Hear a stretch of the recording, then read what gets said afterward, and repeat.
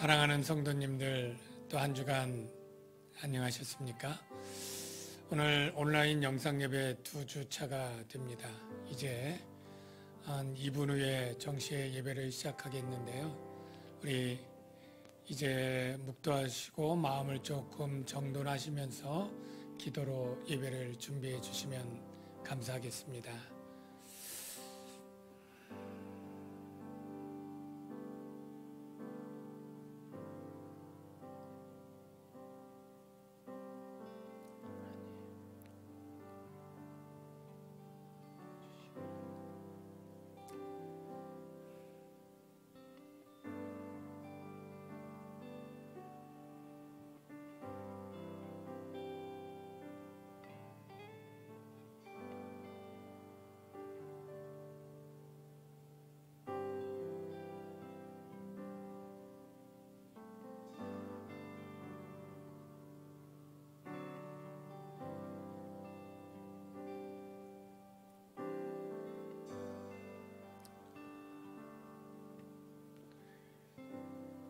사랑하는 성도님들, 대부분은 지금 가정에서 영상으로 예배를 드릴 준비를 하고 계실 텐데요.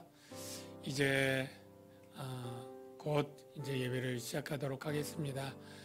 하나님은 영이시기에 우리 남행주광인교회 이 예배당 외에 지금 여러분이 계시는 가정 처소마다 영으로도 함께 하시리라 믿습니다. 우리가 신령과 진정으로 예배를 드린다면 하나님을 기쁘시게 하는 예배를 드릴 수 있을 것입니다. 자, 시간이 되었기 때문에 이제 자리에 일어서셔서 예배를 시작하도록 하겠습니다. 예배는 내놓은 주의 영광을 보내를 부르시면서 3부 예배를 시작하겠습니다.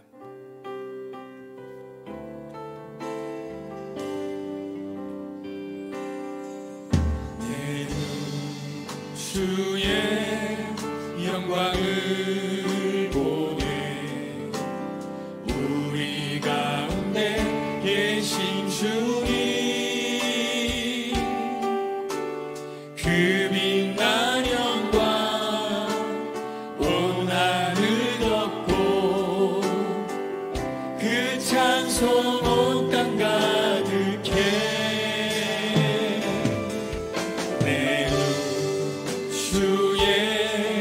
영광을 보내 찬송 가운데 서신 주님, 주님의 얼굴을 온 세상 향하네 권능의 발을 드셨네. 주의 영광 이곳에 가득해 우린 선의 주님과 함께 찬양하며 우리는 전진하리. 모든 열방 주 볼 때까지 주의 영광 이곳에 가득해 우린 선의 주님과 함께 찬양하며 우리는 전진하리. 모든 열방 주 볼 때까지. 여호와는 나의 능력과 찬송이시오 또 나의 구원이 되셨도다. 그는 모든 나라보다 높으시며 그의 영광은 하늘보다 높으시도다. 오라 우리가 굽혀 경배하며 우리를 지으신 여호와 앞에 무릎을 꿇자. 우리가 이제부터 영원까지 여호와 이름을 찬송하며 예배할지로다. 아멘. 우리의 신앙을 사도신경으로 고백하겠습니다.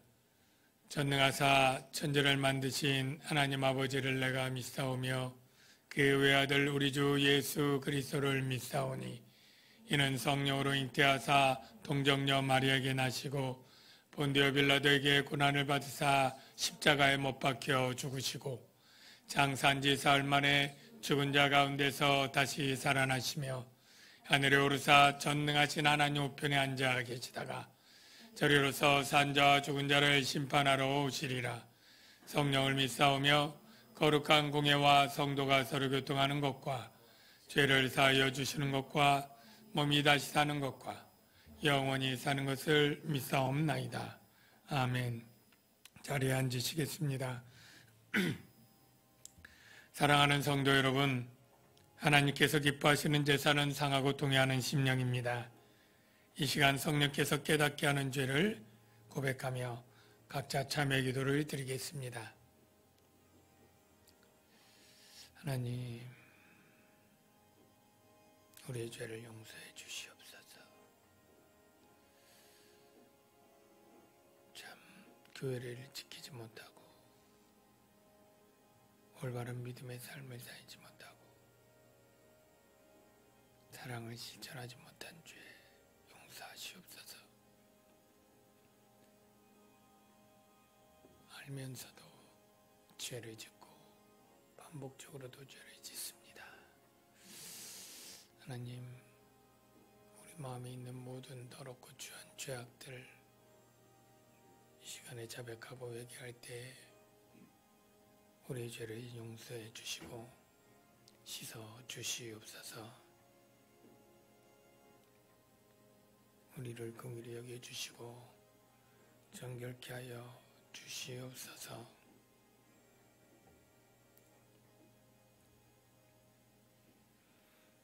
만일 우리가 우리 죄를 자백하면 그는 미쁘시고 의로우사 우리 죄를 사하시며 모든 불의에서 깨끗게 하실 것이요 동이 서에서 먼 것 같이 우리 죄가를 멀리 옮기시며 다시 기억지 아니하시리라.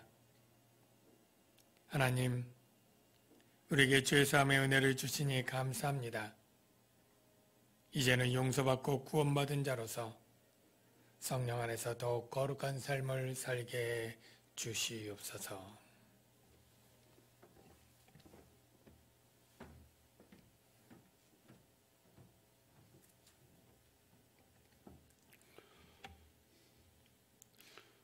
푸른 초장 맑은 시냇 물가로 인도하시길 원하시는 하나님, 오늘 이 나라와 이 민족 세계 가운데 불쌍히 여겨주셔서 코로나 바이러스 인하여 힘들어하는 가운데 두려움 있고 만날 수도 볼 수도 없는 지경에 있음을 하나님이 긍휼히 여겨주시고 막아주시고 이기게 하셔서 하나님께서 회복시켜 주셔서 평안을 찾을 수 있도록 인도하여 주시옵소서. 고난 뒤에 신천지 이단들이 속속히 드러나게 하시니 짧은 기간에 크게 비대해진 신천지가 바라기는 습한 곳에서 살아가는 지렁이가 들추어냈을 때 햇빛에 말라 죽는 것처럼 음성적이고 집요한 이단의 세력들이 속속히 드러나 세상에서의 강한 심판도 있게 하셔서 남김없이 분해되고 깨지는 역사가 일어날 수 있도록 인도하여 주시옵소서. 그리하여 온전하고 완전하신 하나님의 진리가 이 땅 가득히 견고하게 세워지게 하셔서 빛에 빛을 더하게 해 주옵소서. 무화과나무가 무성하며 포도나무 열매가 없고 감람나무 소출이 없으며 밭에 먹을 것이 없으며 우리의 양이 없으며 애양간에 소가 없을지라도 여호와로 말미암아 즐거워하여 나의 구원의 하나님으로 말미암아 기뻐하리라. 하박국 선지자처럼 우리의 삶이 무겁고 웃을 수 있는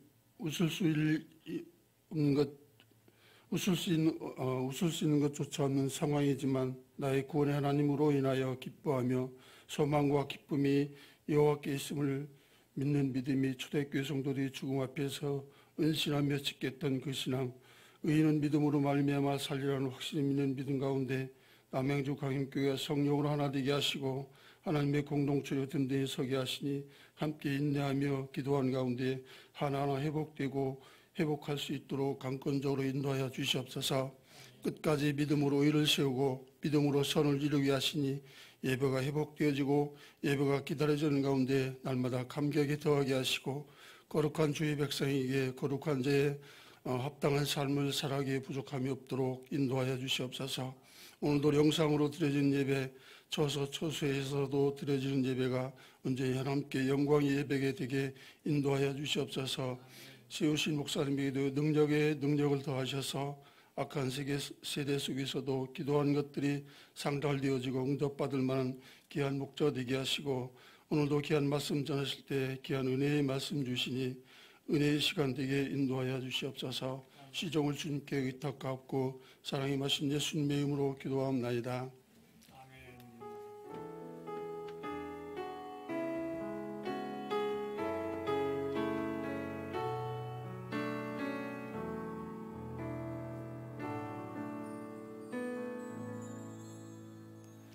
네, 은혜로운 기도 감사합니다. 다 같이 찬송 부르겠습니다. 찬송은 384장 나의 갈 길 다가도록 찬송하겠습니다.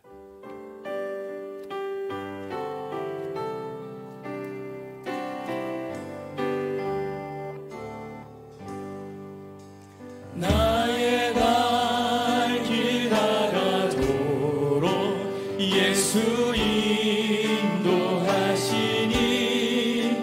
내 주 안에 있는 그분 없이 의심하리요.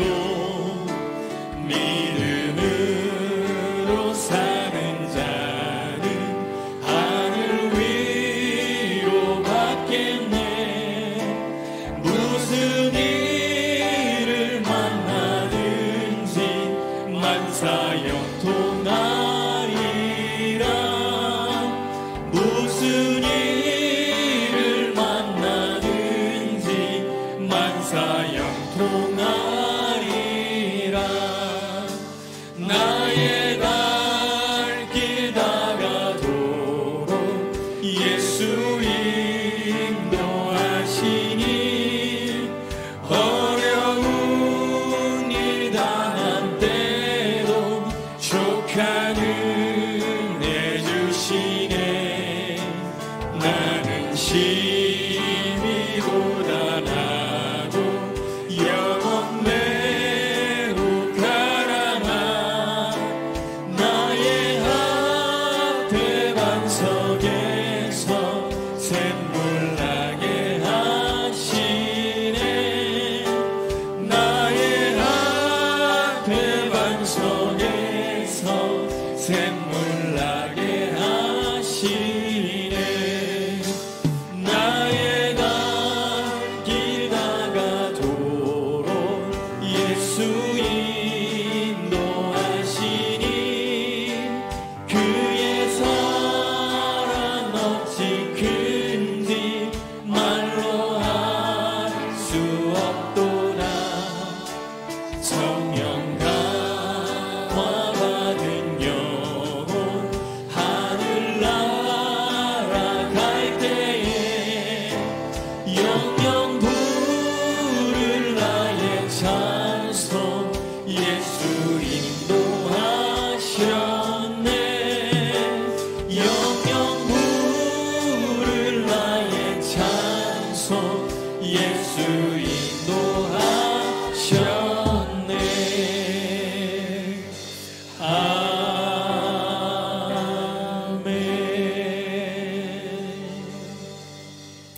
네, 찬양팀 수고했습니다. 이제 교회 소식을 말씀드립니다. 주보 2면을 참고하시면 되겠는데요. 네, 오늘 주일 영상 예배 지금 드리시는 사랑하는 성도님들 각 가정 처소에서 하나님께 신령과 진정으로 잘 예배하시기를 바랍니다. 현재 교회는 아다시피 주중에는 모든 출입을 통제하고 폐쇄한 상태에 있고요. 주일에는 지금 교육자들하고 우리 찬양팀 봉사하는 우리 청년들하고 또 우리 장로님 대표기도 재정부 이렇게 한 10여 명 정도 예배를 지금 드리고 있습니다. 이렇게 주일 영상 예배가 당분간 계속될 것 같고요. 또 수요일 오전에도 영상 예배로 드리고요. 수요일 저녁은 오전 예배를 녹화 영상 예배로 드립니다. 주중에 모든 모임과 성경 공부 아쉽게 주일 예배가 재개되는 그 주간부터 시작되는 것 여러분이 잘 이해해 주시기를 바랍니다. 영상 예배 드리는 기간 중에 여러분들이 헌금은 온라인으로 할 수 있습니다. 교회 본재정 통장으로 여러분들이 헌금자 이름과 또 헌금명을 적어서 같이 주시면 감사하겠습니다. 교회는 금요일마다 또 격주로 그렇게 또 방역을 하고 있습니다. 교회 주보는 공예배가 재개될까지 주보 4,000장을 인쇄하지 않고 프린트물로 한 25장하고 사진으로 홈페이지와 셀 또 리더방 또 셀 단톡방에 보내드리고 있습니다. 가정 영상 예배 매뉴얼들을 여러분들이 전달받으셨을 텐데 가능한 그 매뉴얼대로 정성을 들여서 예배를 드려주시고 예배 드린 후에는 꼭 셀리더에게 예배 드린 그 가부를 여부를 알려주시고 자녀들 모두 있을 텐데요. 주일학교도 모두 주일 영상 예배가 홈페이지에 한 자유 게시판에 있습니다. 여러분들이 자녀들과 함께 예배를 드리시고 또 자녀들 담당하는 교육자에게 또 그 여부를 알려주시거나 댓글을 해주시면 감사하겠습니다. 성경 공부반은 예배가 재개될 때 다 개강이 될 텐데요. 미리 마음에 염두에 두시고 기도하시며 준비해 주셨다가 신청해 주시면 감사하겠습니다. 모쪼록 언제 다시 만나게 될지 참 기다리는 마음이 늘 굴뚝처럼 많은데요. 늘 건강하시기를 바라면서 교회 소식을 마치도록 하겠습니다. 이 시간에 찬양이 있습니다. 성가대 찬양이 아니라 우리 교육자들이 특성을 준비했습니다. 당분간 교육자들이 돌아가면서 특성을 준비하는데 오늘은 우리 여전도사님 3분 나와서 특성하겠습니다.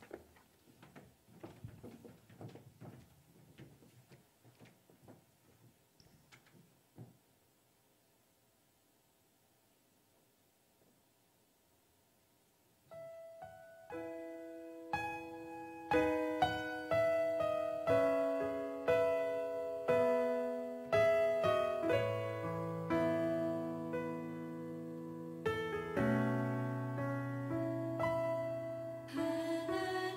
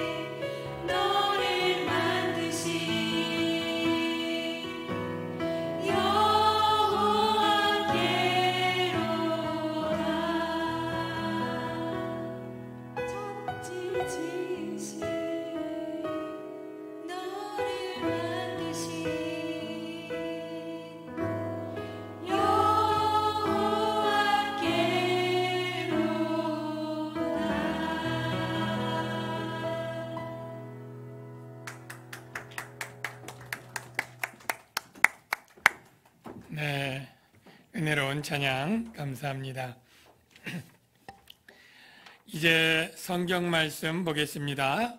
성경 말씀은 고린도전서 15장 5절에서 11절 말씀까지입니다. 신약 성경 282쪽 고린도전서 15장 5절부터 11절 말씀까지 교독하도록 하겠습니다. 제가 먼저 읽겠습니다. 게바에게 보이시고 후에 12 제자에게와 그 후에 500여 형제에게 일시에 보이셨나니 그 중에 지금까지 대다수는 살아있고 어떤 사람은 잠들었으며 그 후에 야고보에게 보이셨으며 그 후에 모든 사도에게와 맨 나중에 만삭되지 못하여 난 자 같은 내게도 보이셨느니라. 나는 사도 중에 가장 작은 자라. 나는 하나님의 교회를 박해하였으므로 사도라 칭함받기를 감당하지 못할 자니라. 그러나 내가 나 된 것은 하나님의 은혜로 된 것이니 내게 주신 그의 은혜가 헛되지 아니하여 내가 모든 사도보다 더 많이 수고하였으나 내가 한 것이 아니요 오직 나와 함께 하신 하나님의 은혜로라. 다 같이요. 그러므로 나나 그들이나 이같이 전파하며 너희도 이같이 믿었느니라. 아멘. 사랑하는 성도 여러분, 이렇게 영상으로 뵙지만 저는 여러분들이 여기 계시다고 상상력으로 믿고 여러분에게 또 설교를 하려고 합니다. 지난주에 우리가 복음에 대해서 매우 중요한 이야기를 우리가 나누었습니다. 복음은 무엇입니까? 기쁜 소식인데 무엇이 가장 기쁘겠습니까? 바로 죽음에서 구출된 소식이 가장 기쁜 소식이 되겠죠. 그래서 복음은 이 죽음에서 구출받는 그러한 기쁨의 소식이 복음인 것입니다. 죽음은 누구도 피할 수 없는 것이고 누구도 이겨낼 수 없는 불가항력적인 것입니다.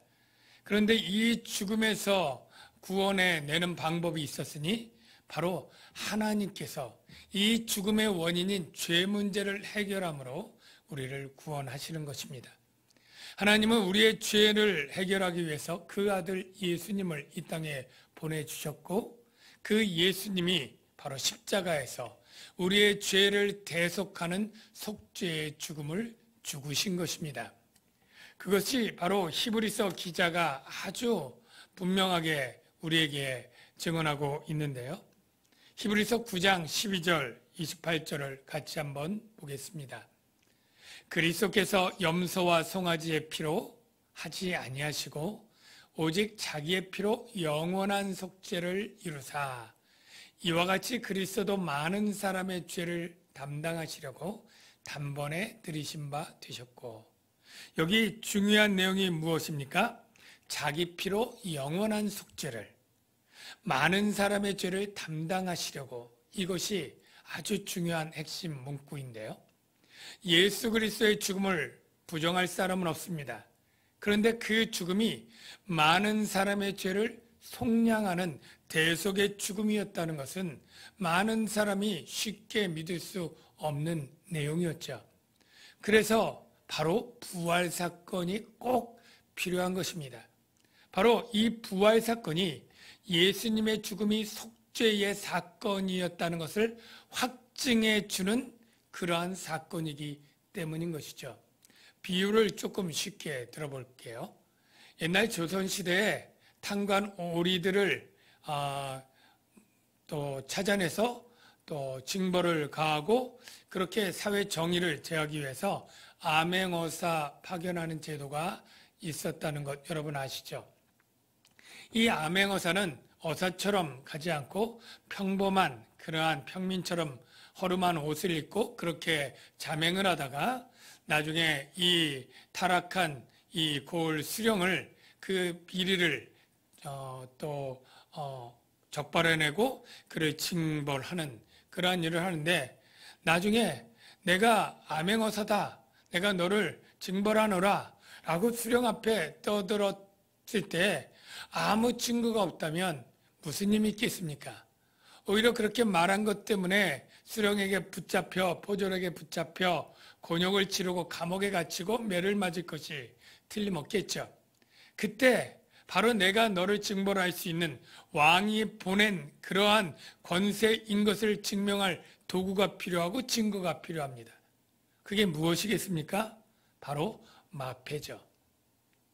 바로 예수님이 죽음이 속죄의 죽음이라고 하는 그러한 확증할 증거가 필요했는데 그것이 무엇이라고요? 바로 부활 사건인 것입니다. 왜냐하면 하나님이 예수님을 죽은 자 가운데 살리신 이것은 사람으로서는 누구도 할 수 없는 일이 아닙니까? 하나님만이 할 수 있는 일이거든요. 그러니까 바로 예수가 부활했다, 하나님이 살리셨다 같은 의미고요. 하나님이 살리셨다면 정말로 예수는 하나님이 보낸 그리스도요. 그리고 예수의 죽음이 그가 주장한 대로 많은 사람의 죄를 대속하는 속죄의 죽음이었다라는 것이 같이 증명되는 것입니다. 그래서 정말로 중요한 이 복음의 두 기둥이 예수님의 대속적 죽음과 그것을 확증해주는 부활 사건이 짝이 되어서 복음의 두 기둥인데, 만일 부활을 부정하면 그냥 부활만 부정하고 마는 것이 아니라 바로 복음을 무너뜨리고 파괴하게 되는 것입니다. 그런데 바로 고린도 교회에 이런 문제가 생긴 겁니다. 고린도 교회 좀 일부의 상류층이고 철학 공부를 한 사람들은 이원론에 따라서 육체를 무시하고 육체를 저급한 존재로 여겼기 때문에 육체의 부활을 믿지 않은 것입니다. 그래서 그들은 복음을 부정하게 되는 그 파괴적인 일을 하게 되는 것이죠. 그들은 예수의 부활을 믿지 않기 위해서 사도 바울이 전한 복음을 부정해야 됐기 때문에 사도 바울의 사도권을 공격합니다. 그래서 사도 바울이 12제자가 아니다. 사도 바울은 예루살렘 공의회로부터 파송된 자가 아니다. 추천서가 없지 않느냐. 그리고 사도 바울은 글은 좀 쓰지만 대면에서 볼 땐 굉장히 어눌하고 말이 시원치 않고 외모도 연약하다. 사실 사도 바울은 육체 가시라고 하는 질병이 있었습니다. 그게 굉장히 큰 약점이었죠. 그 질병이 안질인지 간질인지 신학자마다 다르지만 어쨌든 그 당시에 분명하게 아는 그 질병으로 인해서 그의 사도성이 심하게 의심받는 하나의 원인이 되기도 했습니다. 그래서 사도 바울은 이렇게 사도성이 의심되는 그러한 가운데 자신이 전한 이 복음이 정말로 확실하고 그리고 예수님의 육체의 부활이 확실하다는 것을 이제 논증해야 됩니다.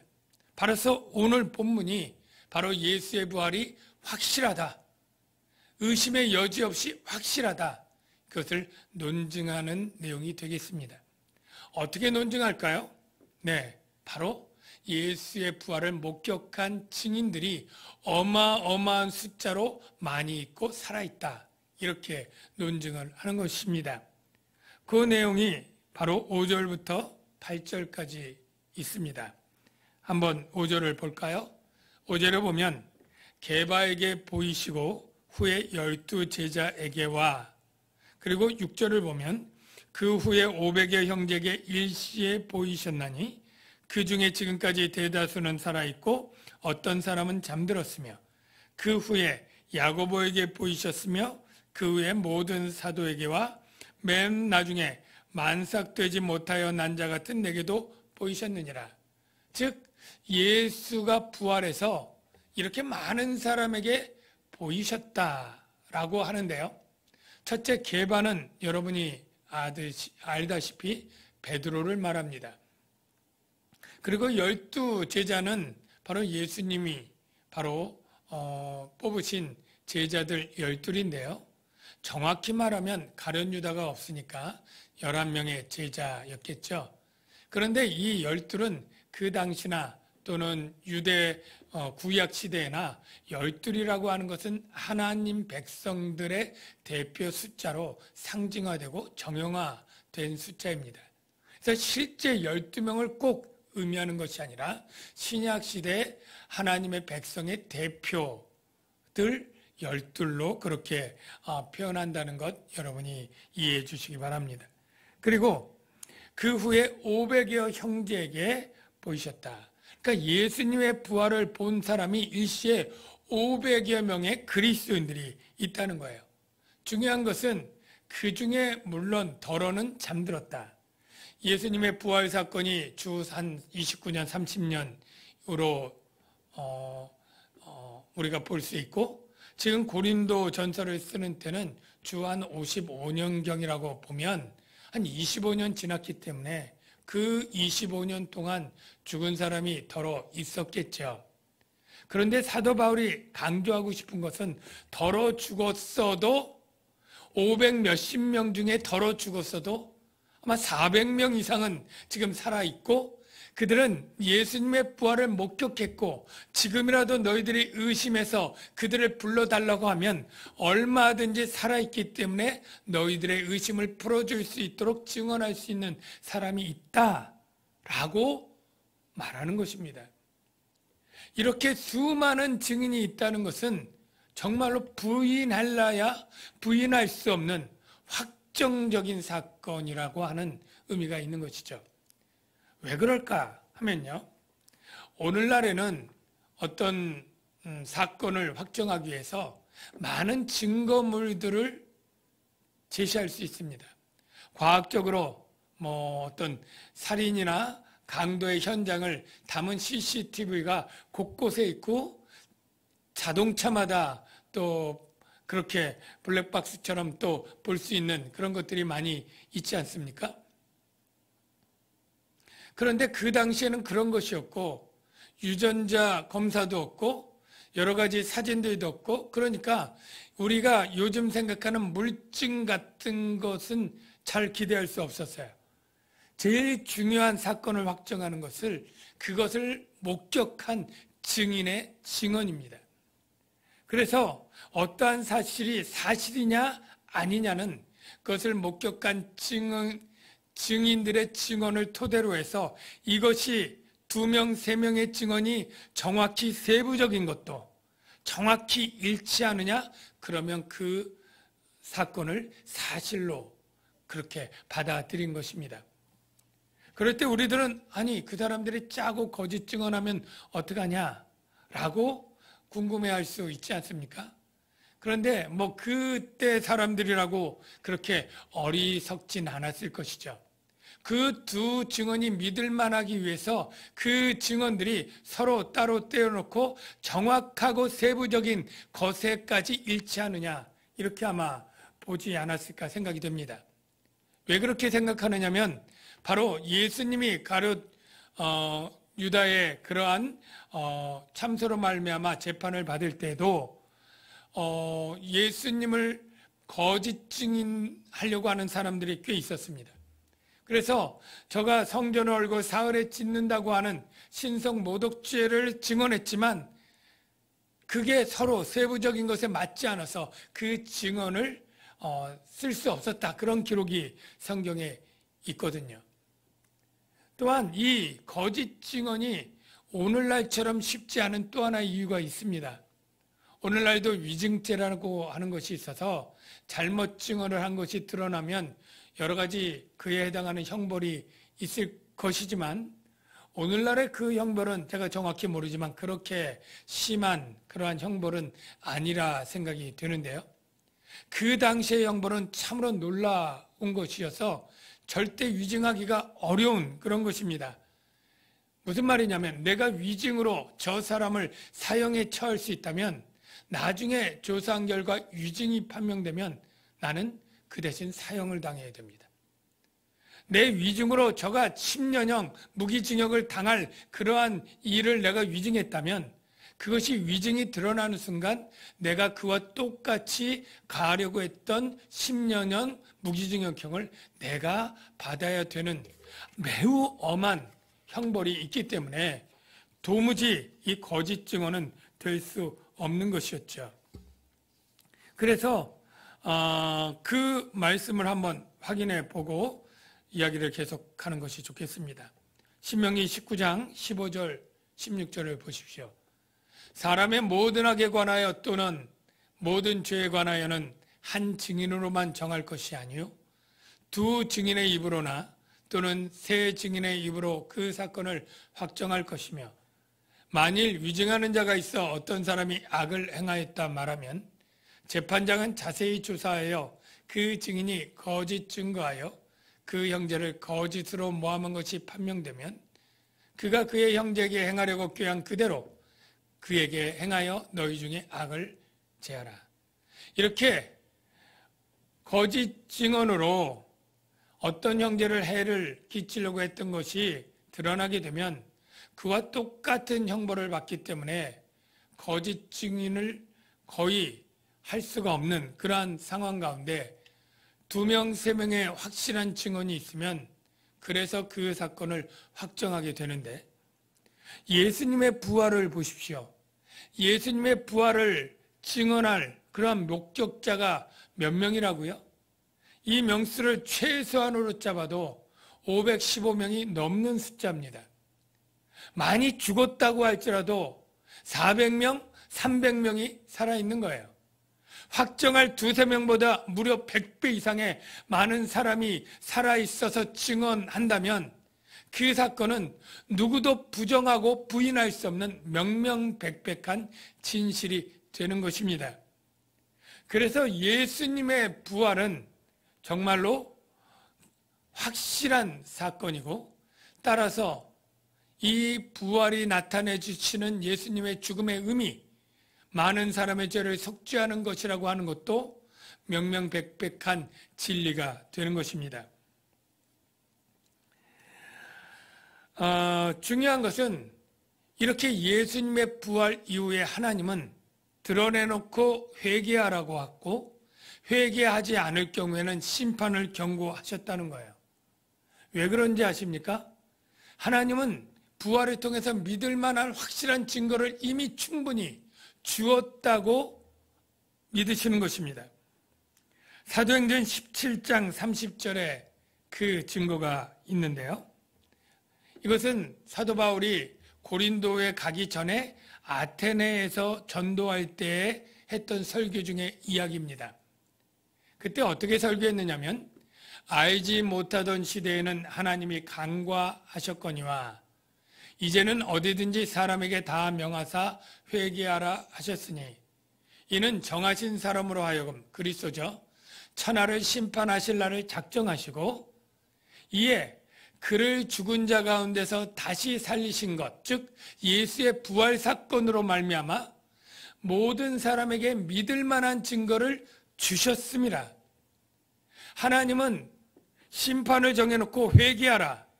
그리고 회개하지 아니하면 심판하겠다. 이렇게 얘기를 하시는 거예요. 왜냐하면 너에게 믿을 만한 증거를 이미 확실히 주었기 때문에 그 증거를 받고도 믿지 않는 자는 하나님이 심판하겠다 경고하는 것입니다. 왜 믿을 만한 증거를 갖고도 믿지 않는다? 이것은 믿지 못하는 게 아니라 믿지 아니하겠다라고 하는 것이죠. 하나님을 대놓고 배반하고 반역하겠다고 하는 것이죠. 로마서에서는 이 같은 마음을 뭐라고 표현하냐면 하나님의 길이 참으심을 대놓고 멸시하는 것이다. 이렇게 표현하고 있습니다. 로마서 2장 4절에서 5절 말씀을 볼까요? 혹 내가 하나님의 인자하심이 너를 인도하여 회개하게 하심을 알지 못하여 그의 인자하심과 용납하심과 길이 참으심이 풍성함을 멸시하느냐. 다만 내 고집과 회개하지 아니한 마음을 따라 진노의 날, 곧 하나님의 의로우신 심판이 나타나는 그날에 임할 진노를 내게 쌓는도다. 여러분, 하나님의 인자하심이 가장 큰 것이 바로 우리의 죄 문제를 해결하기 위해서 그 아들 예수님을 속죄양으로 보내신 것입니다. 그리고 우리의 죄를 사하기 위해서 용납해 주시겠다고 하신 것이고 회개할 때까지 길이 참으신 것입니다. 그런데 회개하지 않고 예수님의 구원을 부정한다는 것은 하나님의 이 풍성하신 참으심과 인자와 용납하심을 멸시하는 것이기 때문에 하나님이 심판날에 내게 임할 진노를 쌓는도다. 바로 하나님의 진노의 심판을 받을 것을 경고하고 있는 것입니다. 사랑하는 성도 여러분, 바로 결론은 이것입니다. 복음을 믿지 않는 것, 그것은 결코 변명의 여지가 없는 일이다. 복음을 믿지 않는 것, 이것은 결코 핑계거리가 없는 것이다. 왜냐하면 복음은 너무나 믿을 만한 확실한 증거를 이미 주셨기 때문인 것이죠. 사랑하는 성도 여러분, 지금 세상 가운데 정말로 대놓고 내가 복음을 믿지 않는 이유, 이것이 너무나 자연스럽고 당연한 것처럼 주장하는 사람들이 너무너무 많지 않습니까? 그러나 성경은 분명히 말합니다. 나는 네가 복음을 믿을 만한 충분한 이유와 증거를 이미 너에게 명명백백하게 보여줬다고. 네가 믿지 않는 것은 바로 하나님을 멸시하는 것이고 하나님의 진노의 심판을 받게 되는 것이라고. 우리가 이것을 분명히 알아야 될 줄로 믿습니다. 저와 여러분은 분명히 그리스도 안에서 복음을 믿고 하나님의 구원을 소망하며 살아가게 되는 분들이라고 믿습니다. 그러나 만에 하나 여러분 가운데도 교회는 오래 다녔지만 아직 예수의 육체의 부활도 의심하고 또 복음도 잘 몰라서 못 믿고 안 믿고 하는 사람들이 있다면 분명히 우리에게 주신 은혜의 통로인 하나님의 말씀 성경을 통해서 배우고 익히고 훈련해서 흔들리지 않는 그러한 믿음으로 말미암아 견고히 서시고 하나님이 주시는 구원을 받고 누리시는 여러분들이 꼭 되시길 주의 이름으로 축원합니다. 두 번째 제가 드릴 말씀은 아까와 대비돼서 복음을 믿는 것, 이것은 무엇이냐? 오직 하나님의 은혜다라는 내용을 말씀드리려고 합니다. 사도 바울은 자신이 사도된 것이 하나님의 은혜다라는 얘기를 이제 시작합니다. 8절 이후에 보면 사도 바울은 자신을 굉장히 낮추어서 겸손히 말합니다. 맨 나중에 만삭되지 못하여 난 자 같은 내게도 보이셨느니라. 그래서 사도 바울은 자신을 만삭되지 못하여 난 자, 즉 10개월 동안 엄마 뱃속에서 있다가 순산을 해야 되는데 7개월, 8개월 이렇게 태어나는 경우도 그때도 있지 않았습니까? 그때 아기는 굉장히 더 작고 약하고 또 모양도 더 참 볼품이 없는 그런 모습이 되기가 쉬운데 자신이 그렇다는 거예요. 또한 9절에 보면 자기를 어떻게 겸손히 낮추냐면 나는 사도 중에 가장 작은 자라 이렇게 얘기를 합니다. 왜 가장 이렇게 작은 자라고 얘기를 하느냐? 그가 원래 실력이 없고 볼품이 없고 능력이 없고 약해서가 아니고 사도 바울은 내가 하나님의 교회를 박해하고 핍박한 자였기 때문에 이렇게 사도로 소명을 받을 수 있는 자격이 가장 없는 자라고 하는 이야기를 하고 있습니다. 그런데 가만히 뒤집어 보면 나는 사도 중에 가장 작은 자라, 이 말은 작다고 하는 겸손도 들어있지만 그래도 나는 사도다. 이 사도 중에 작은 자는 사도 아닙니까? 그래서 자신의 사도성을 이야기를 하고 있습니다. 그러면 이 사도 바울이 지금 겸손한 것 같으면서도 은연중 자신의 사도됨을 자랑하는 것 같고 조금 이따 10절 뒤에 보면 내가 모든 사도보다 더 많이 수고하였다. 내가 다른 사도들을 비교하면서 바울이 더 많이 수고했다고 더 확실하게 드러나게 자랑 모드로 나가는 것을 보게 됩니다. 그래서 우리는 사도 바울이 왜 이렇게 겸손하려면 겸손하지, 또 이렇게 자신을 또 내세우고 또 자신의 공로를 자랑하려고 하는 마음을 갖는가, 이게 좀 의아하게 되는데요. 분명히 이유가 있습니다. 사도 바울은 분명히 사도인 것이 틀림없습니다. 바로 이 사도의 특징이 두 가지인데요. 제일 중요한 것은 첫째, 예수의 부활을 육신의 눈으로 목격해야 됩니다. 목격해야 됩니다.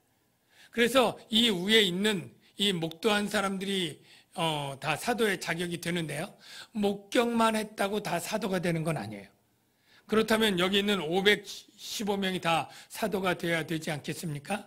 그 중에 하나님이 특별히 선택하고 지명하여 불러서 증인으로 파송한 자, 보냄을 받은 자가 또 사도가 되어야 됩니다. 이 두 가지 조건이 충족해야 돼요.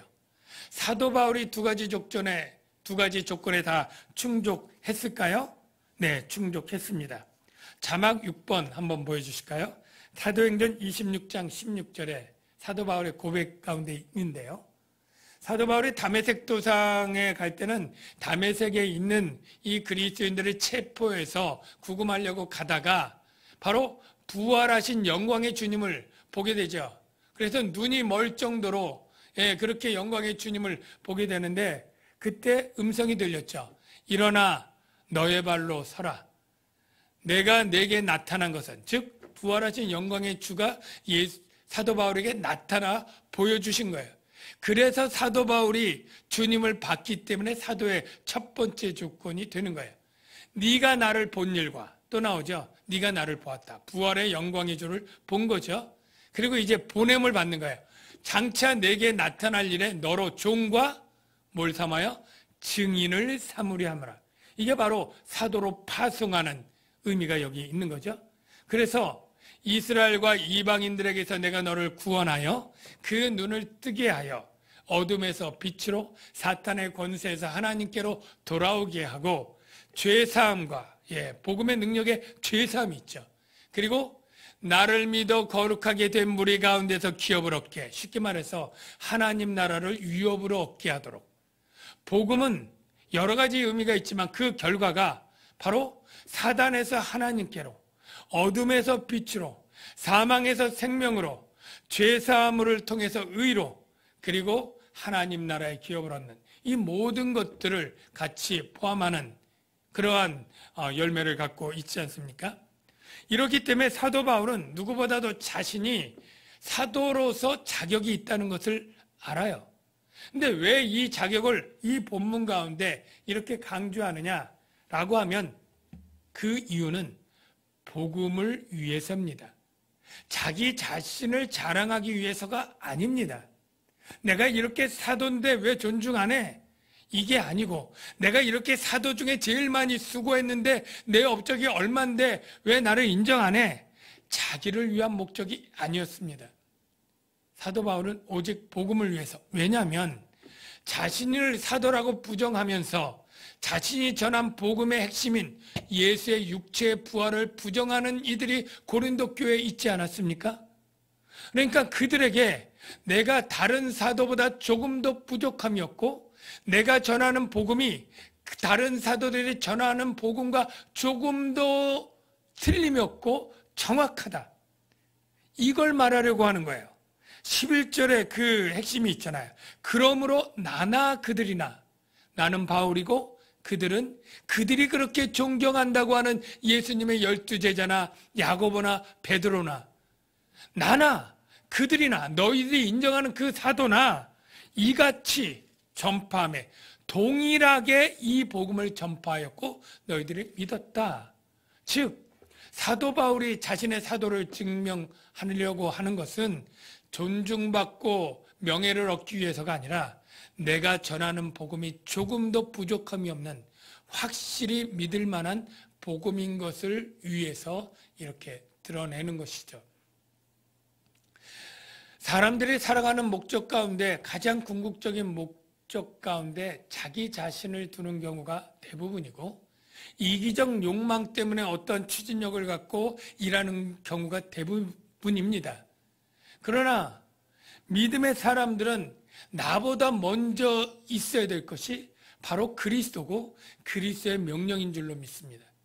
예수님이 나보다 더 중요하고 우선된 가치일 뿐이고 그분이 하신 명령이 바로 나의 증인이 되고 복음을 전하라 할 때 그것은 나를 위하는 가치보다 더 중요하고 우선된 가치가 되는 것이죠.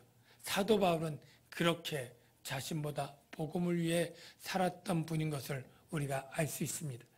그럼에도 불구하고 그는 결코 자신을 높이지 않고 내가 사도된 것, 하나님의 은혜라고 얘기를 합니다.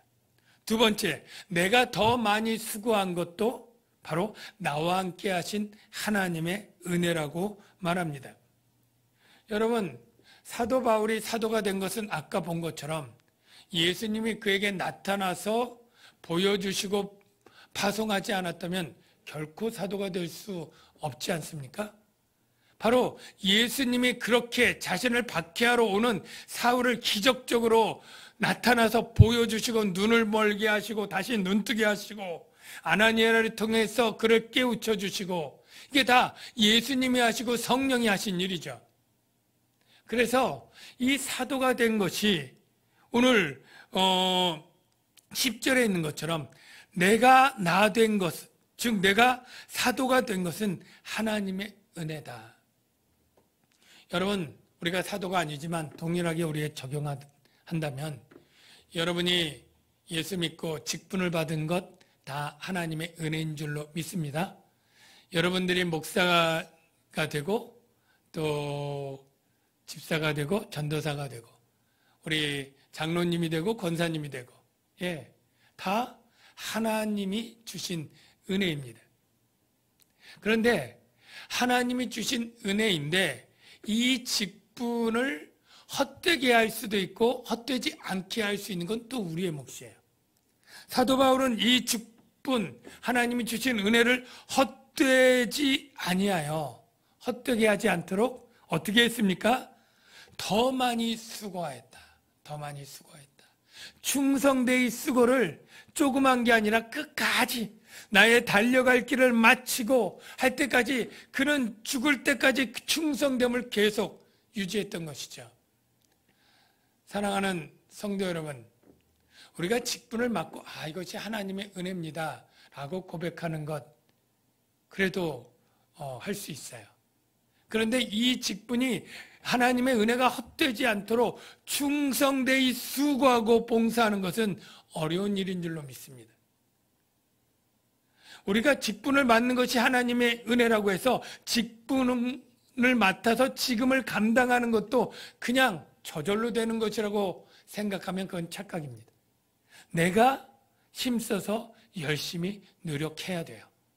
수고해야 되는 줄로 믿습니다. 헛되지 않도록. 그래서 우리가 열심히 충성해서 헛되지 않아서 사도 바울이 많은 교회를 개척하고 많은 영혼을 구원하는 것처럼 놀라운 은혜로운 열매가 거둬지면 그때 어떻게 고백을 해야 됩니까? 내가 헛되지 않도록 열심히 수고하고 노력을 했습니다. 그러나 이것조차도 내가 아니요 나와 함께 하신 하나님의 은혜라고 고백을 해야 합니다. 이게 제일 어려운 것일 수 있어요. 우리가 열심히 봉사하는 것도 쉬운 일이 아니지만 봉사한 후에 겸손하게 하나님의 은혜를 고백하고 나아가는 것 이게 훨씬 더 어렵습니다. 어떤 사람들은 열심히 일한 다음에 대부분 이게 내가 열심히 한 덕분입니다 라고 말하는 사람은 별로 없어요. 다 말로는 하나님의 은혜입니다. 성령께서 내 안에 계셨고 나를 독려해 주셨고 감화 감동해 주셨고 힘을 주셔서 내가 하나님의 은혜로 일했습니다. 다 이렇게 얘기를 해요. 그러나 그렇게 얘기 몇 번 하고 그 얘기 몇 번 한 사이에 많은 시간 동안은 그래 내가 얼마나 힘들게 열심히 잘했는데 그런 마음이 들면서 직분을 받고 열심히 안 한 사람들을 한심하게 생각하고 속으로 비난하게 되고 이러한 죄악 가운데 빠지는 경우가 훨씬 더 많은 것이죠. 사랑하는 성도 여러분, 정말로 복음의 은혜 안에서 직분을 받은 것뿐만 아니라 직분을 충성되이 수고롭게 완수한 것도 하나님의 은혜라고 여러분 다 고백할 수 있는 분들이 되시길 바랍니다. 이제 가장 끝으로 한 가지 은혜를 제가 빼놓았는데요. 가장 중요한 것입니다.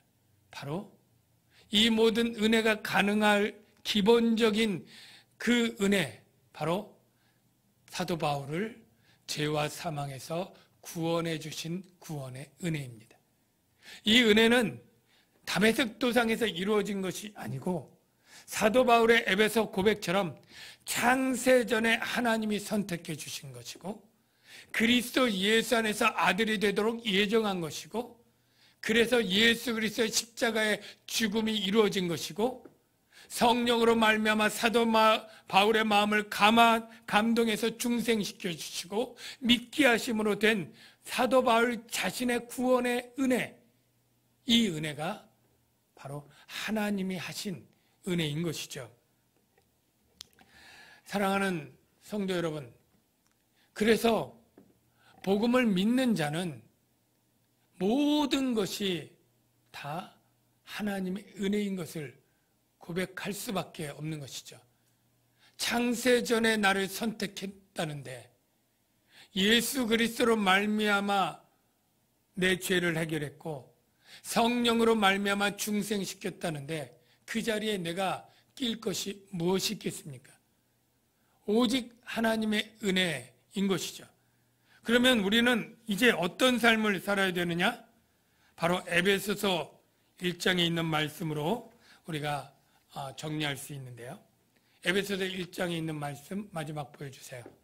그 기쁘신 뜻대로 우리를 예정하사 예수 그리스도로 말미암아 자기의 아들들이 되게 하셨으니 이는 그가 그의 사랑하시는 자 안에서 우리에게 거저 주시는 바 그의 은혜, 거저 주시는 그의 은혜의 영광을 찬송하게 하려는 것이라.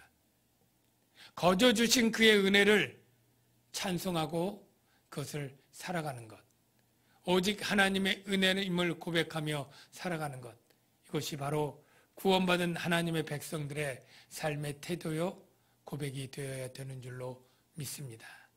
기도하겠습니다. 하나님 아버지, 우리를 구원하기 위해서 복음을 주셨고 변명의 여지가 없도록 확실한 증거를 주시니 감사합니다. 우리에게 복음을 주어 믿게 한 것, 바로 오직 하나님의 은혜인 것도 깨닫고 감사를 드립니다. 우리가 이 복음의 간격 속에 살게 하시고 복음의 은혜를 주신 하나님의 값없는 은혜를 기뻐하며 간증하며 찬양하며 살아가는 저희들 되게 하옵소서. 예수님의 이름으로 기도합나이다. 이 시간에 사도 바울의 이 고백을 가사로 해서 지은 하나님의 은혜라고 하는 찬양이 있습니다. 여러분도 다 아실 텐데요. 같이 한번 불러보면 좋겠습니다.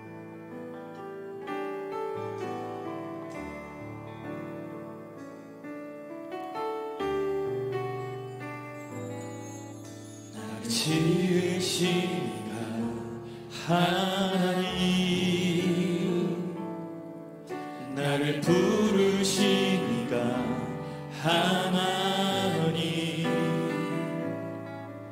나를 보내시니도 하나님, 나의 나 된 것은 다 하나님 은혜라. 달려갈 길 다가도록 나의 마지막 호흡 다하도록 나로 그 십자가 붙게 하시니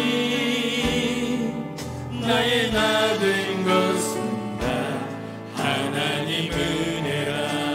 한량없는 은혜,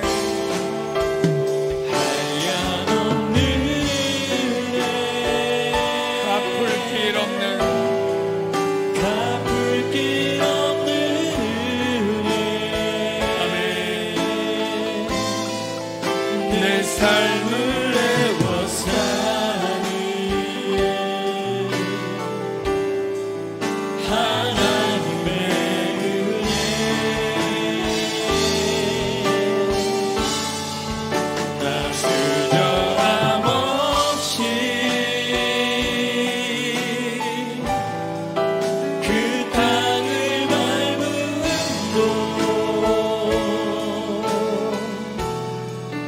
나를 붙드시는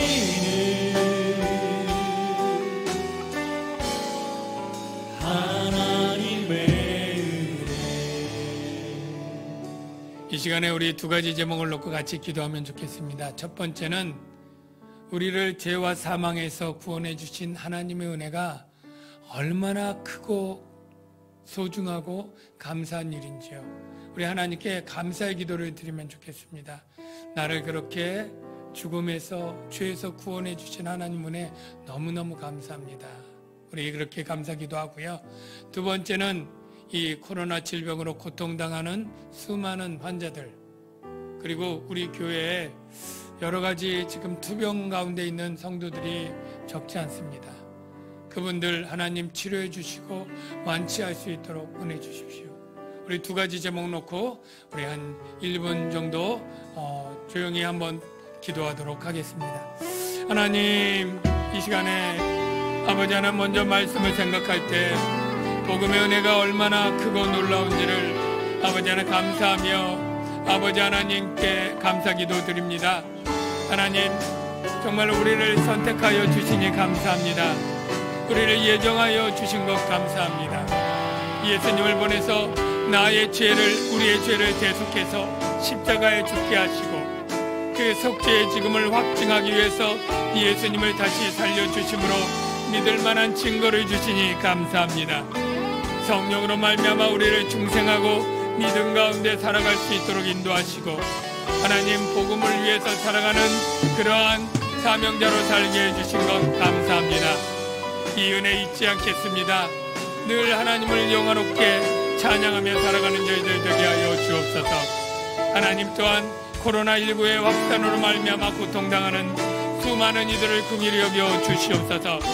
환자와 그 가족들을 불쌍히 여겨 주옵소서. 또한 우리 교회 성도들 가운데 이렇게 투병 생활하는 많은 성도들, 우리의 자녀들 있습니다. 하나님 불쌍히 여겨주시고 아버지 하나님 그 병에서 이겨낼 수 있도록, 노인받을 수 있도록 성령의 치유의 역사가 일어나게 하여 주시고 회복의 역사가 일어나 아버지 하나님을 찬양할 수 있도록 은혜를 베풀어 주시옵소서. 주님의 긍휼을 구하며 예수 그리스도의 이름으로 간절히 기도합나이다. 아멘. 이 시간에 준비하신 예물을 하나님께 드리겠습니다.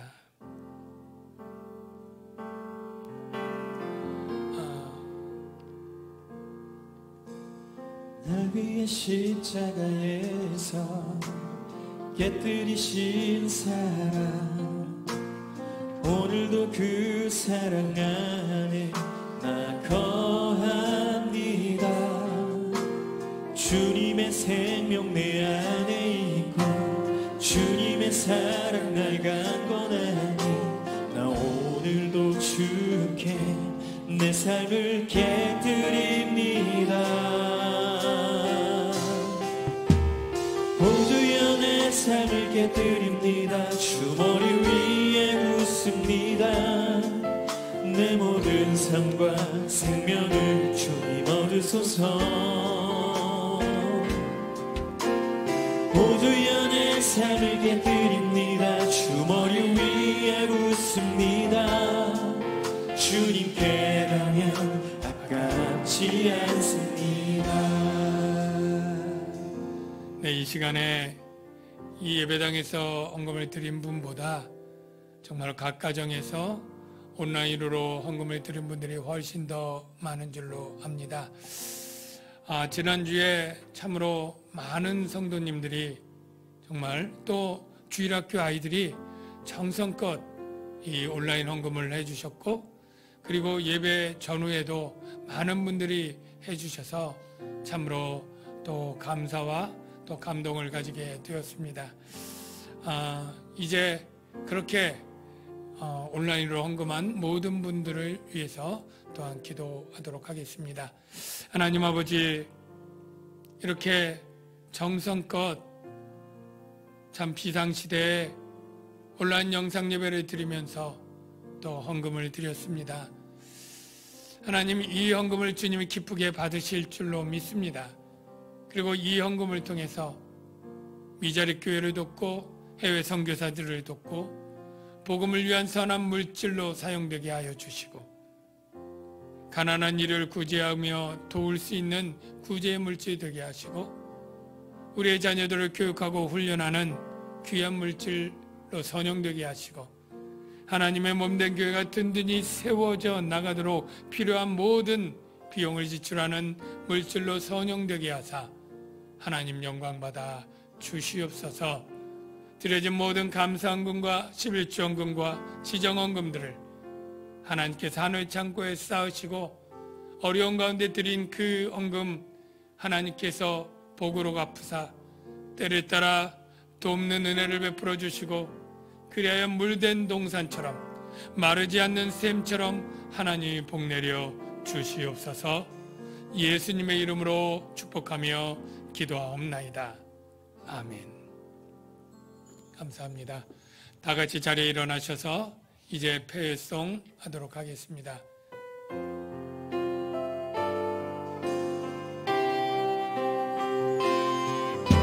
주님 다시 오실 때까지 나는 이 길을 가리라.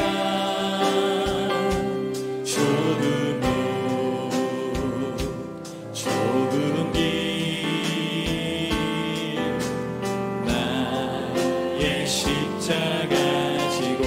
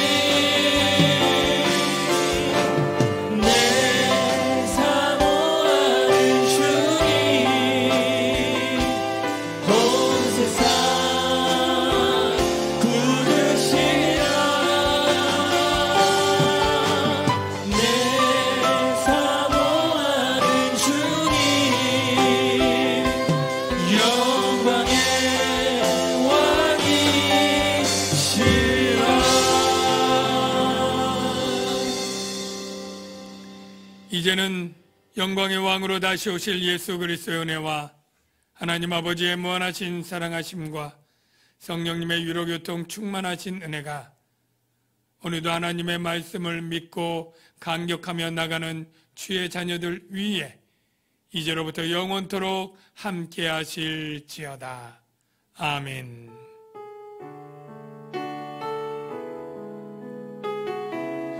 네, 사랑하는 성도 여러분, 이제 3부 예배가 마쳤습니다. 하여간 여러분들을 뵙지 못해서 참으로 아쉬운데요. 하여간 한 주간도 평안하시고 다시 이곳에서 모여서 예배할 때까지 믿음 안에서 굳게 서시고 모두 건강하시기를 바랍니다. 이제 예배를 마쳤으니 각자 조용히 기도하실 분들은 기도하시고 그렇게 예배를 마쳐주시면 감사하겠습니다. 모두 안녕히 계십시오.